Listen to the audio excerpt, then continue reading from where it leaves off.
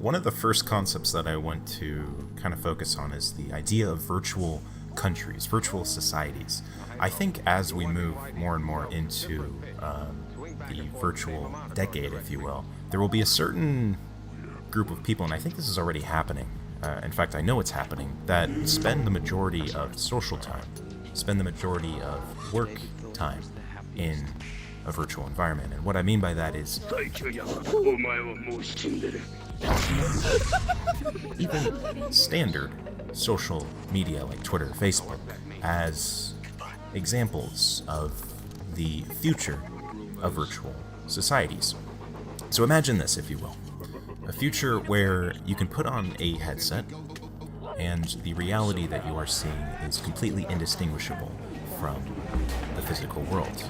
It is photorealistic. The interactions you have with another human being don't look all blocky like I do right now, but rather they are photorealistic. Just gonna sit there? From the limiter, That interaction, short of physically touching that person, giving them a handshake or high-fiving, is indistinguishable from reality.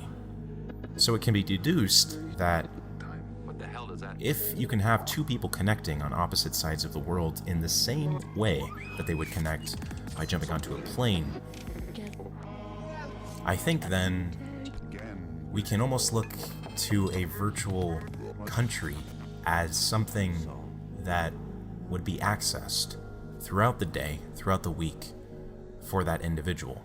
And that's not to say that we will completely remove all physical form of socialization, but I do think, naturally, if a technology is introduced that makes it more accessible to interact socially, that we as a species of humans will adopt this technology in much the same way that we do adopt the physical world.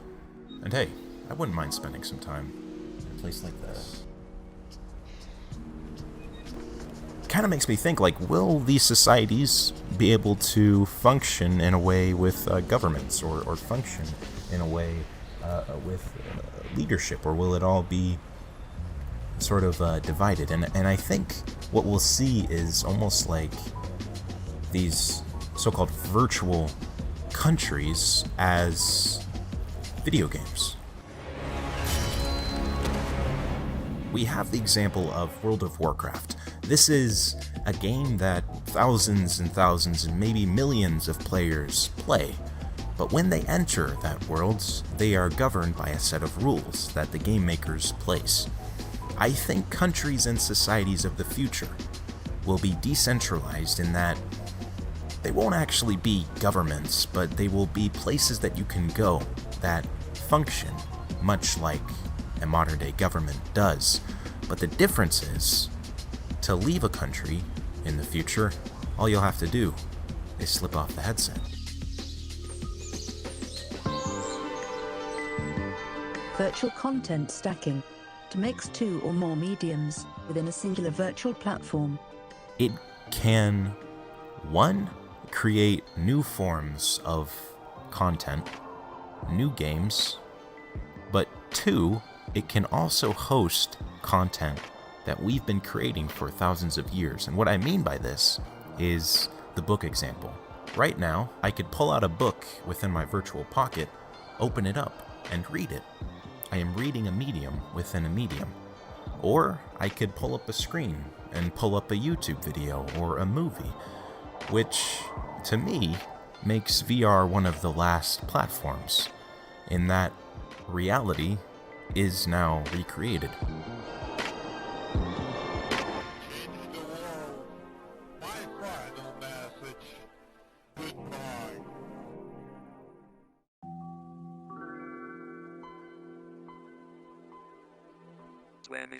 I think we will be able to log into a giant stadium filled with roaring crowds and watch an amazing match of virtual baseball that players are playing on fully haptic treadmills, so expelling physical energy, playing the same game that we've known, but with a virtual reality skin. The same amount of physical effort being expelled, but fully virtual. Now, I don't think this is to say we will completely do away with physical sports, but I do think the main majority of viewership will eventually go to esports. Which raises the question, how will synthetic biology enhancers be regulated in the future of VR esports? Now, let us talk about colleges. Which require hefty tuition fees. I think the virtual Metaverse. is a antidote to this. So college is an experience that many people find extremely worthwhile, not only because of the education aspect, but also the socialization aspect. It's a time to grow, to learn about yourself and others. But I believe that this added benefit of going to an out-of-state college or going to an out-of-city college can be translated to virtual in the way that we previously talked about. The indistinguishable aspect of virtual reality Of the future. offers the ability for a student that can't afford tuition to have that experience of going to a campus, interacting with other students in a natural way. So my hope is that colleges will notice this, and I think it is almost inevitable that colleges will notice this aspect that virtual reality can provide, which is not only making college accessible, but retaining that core aspect of college, which is the growth, the learning, the going to a new place.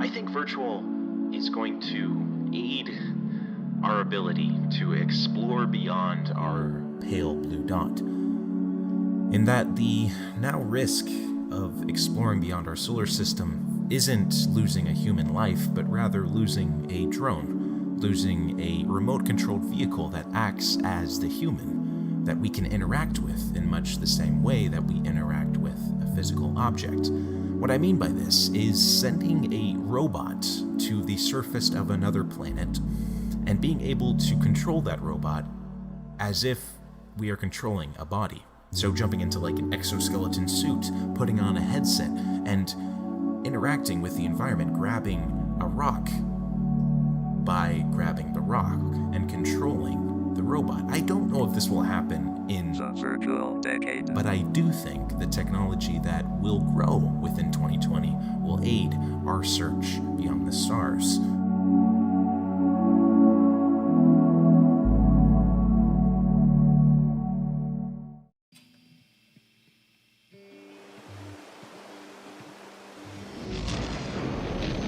So, real quick, I want to leave you with a few parting words on synthetic reality, notes on reality, if you will. Those that can ponder the social and societal effects of a new medium will help navigate into the new landscape.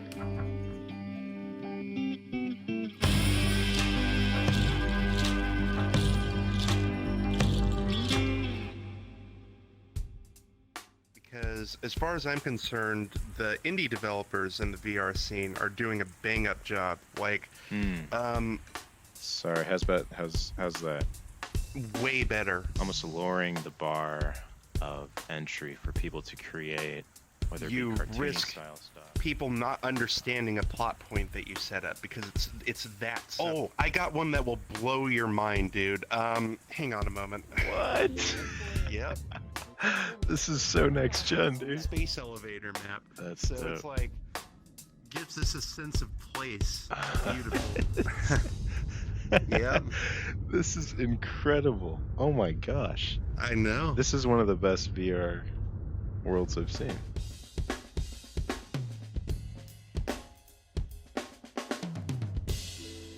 Last week, I asked you if you could enter a simulation that is indistinguishable from reality, granted you a longer life, a connection to a society, but could never be exited, would you enter?